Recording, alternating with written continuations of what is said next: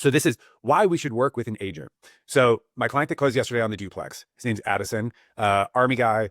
He was interested in buying the duplex, renting out one side, which is already rented. The other side is vacant. He's going to be moving into. He's just accumulating properties. His VA was capped out, so he was going to go FHA. First and foremost, new rule with FHA is this is so dumb. So dumb. So if you want to make a video on this, by the way, do a little bit of fact checking. You could also make a great video on this. If you are using the FHA loan to buy, or basically, so he was going to use his FHA loan and they're doing his DTI, they would only count his rental income on properties that had at least 20% equity. What? Yep. That's a new change.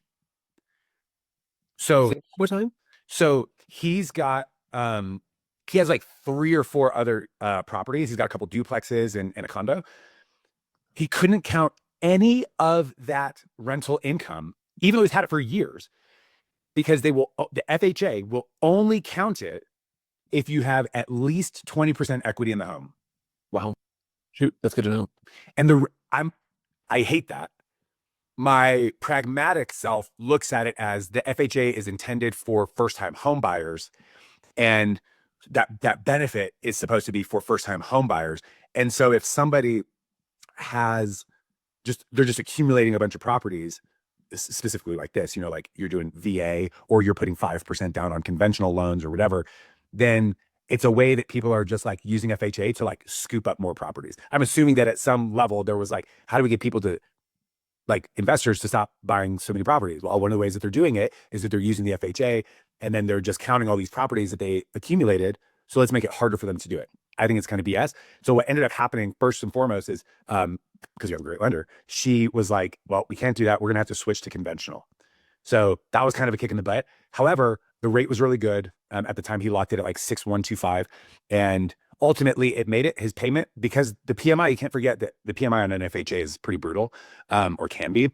And so his payment actually was going to be a little bit less. He was just going to have to put more money down, like a little bit more money down. So super irritating.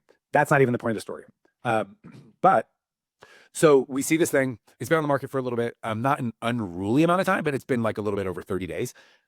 And so we look at it. He's like, yeah, I'll just write an offer. I was like, great, go figure out what you want to do. And at some point I'll get home and I'll basically run a CMA. We'll figure out what's reasonable. So it's listed at, I think I need to really look at this. It was listed at like 530 or 535. And he was like, I want to be at 525 and ask for 15,000 in concessions. And I was like, yeah, it's reasonable. That's totally reasonable. Like we could 100% make that happen and they'll likely accept our offer. Right. Or we'll be in there. Well, then I did my job. Right. And I was like, we're going to be a little bit, I was like, you're the boss, but I think we should be at like 516 and asking for 15,000 in concessions. So I was like, are you comfortable with that? I was like, because 2 things could happen. They could just counter right back up at 530. Sometimes people do that. They just counter like, well, you want to lowball us, then we'll highball you back. Sometimes it happens. I was like, I don't know. And I was like, but based on what I'm seeing, I think this is pretty significantly overpriced. And he was like, yeah, let's send it. So of course, like, he's like, yeah, like, let's get it cheap. So we send it and we end up getting the house at 516 and 10,000 in concessions. That was huge, right? That is $10,000 below what he wanted to offer and still basically netting the same, right? So because it was 525 and 15 and we were at 515 and 10. So that's what they accept. And then we get into the inspection. And it's not a terrible inspection, but it is, it's a duplex. There's tenants living there. It's not immaculate. The place hasn't been renovated. The roof is in poor condition. We got a water heater that's not working. We've got mold in the freaking neighbor's place. We had some electric stuff.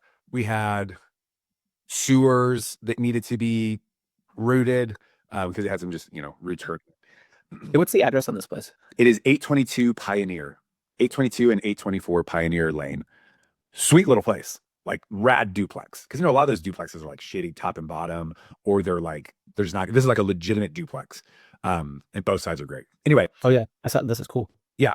So he looks at the inspection report and he goes, I just want them to fix that water heater. He's like, I feel like I could probably do pretty much most of that other stuff.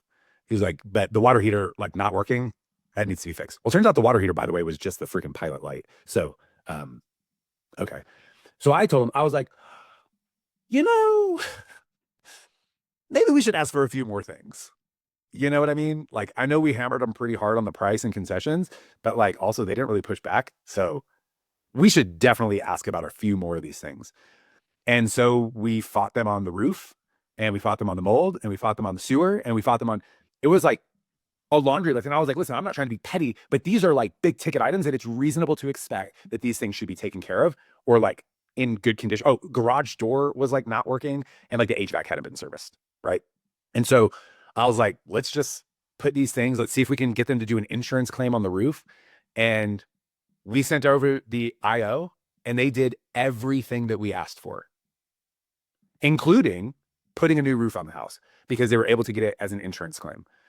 It caused us to delay closing by like 3 or 4 days, and then we had to do a rate lock and whatever. That was not that big of a deal, rate lock extension. But so we went from a plumber coming over and reigniting the pilot light, which was what he had requested, to roof, mold, sewer, garage, HVAC, like all kinds of stuff.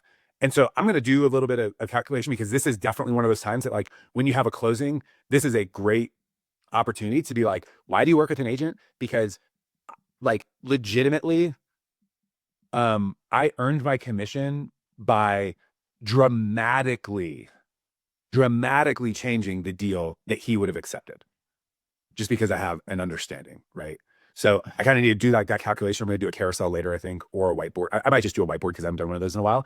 But that is a great message. Like when people are like, well, why do you earn so much? It's like, because I save my clients a load of money. Yep. Right. It's huge. Like, and the better the, even that, I don't know if Candace still has her kids or if Michael does it. Even that guy on Instagram that's Ridley, that's trying to, he's basically, realtors hate me is his Instagram handle. He's the guy that's been dogging on realtors for the last year. And like, I don't totally disagree with most of what he says, if I'm being totally honest. A lot of agents are overpaid, and like most people can't articulate, but it's the clearest way to articulate is you say, is when you can give hard examples of my client wanted X and I got them Y. Or even better, my client wanted X and I got them Z. Like we skipped Y and we went to Z, right? And I made them a ton of money, or I saved them a ton of freaking money. Or like that is where we earn our dollars and cents, 100%. Because the reality is like we all take the same photos. Videos are sometimes a crapshoot for most of us. Like it's like maybe the listing video will get seen, maybe it'll sell the house, maybe it just boosts my own algorithm. You know, it's like an open house, but it's a little bit more selfish because I get more out of it. But anyway, I just, if we can communicate that and continue to like quantify that type of data in our business, that's really powerful, I think. Thanks for coming to my TED Talk in the name of Jesus Christ. That's cool. Yeah, for sure. Yeah, I think documenting those is always really good, and just know it and being able to share it with people of like, yeah, like, no, this is like why this is important. Yeah, 100%. And it shows so much authority. And by the way, just like I know Austin's not here anymore, but and again, the reason why making content about this is so good is because like sorry guys, I'm gonna go do like a whiteboard. I'm gonna stand at a whiteboard. I'm gonna draw out this deal, and I'll probably do a carousel and draw out the deal just to see if I can hit multiple audiences. But then when somebody's looking for an agent in Colorado Springs, like a referral partner, right? Even if only agents see it, right? Yeah. They will see it and they're like, well, he knows what he's doing, right? Because we don't want to be secret agents. We want people to know. So like I said, Austin doing that video and he was like, yeah, I had a bunch of conversations with agents. Good. Even if they're local agents, good. They'll do deals with you. Even if it's agents not here, good. They remember seeing you talk about that and you had a really hot take on it. And they'll be like, well, I at least know Austin knows what he's talking about.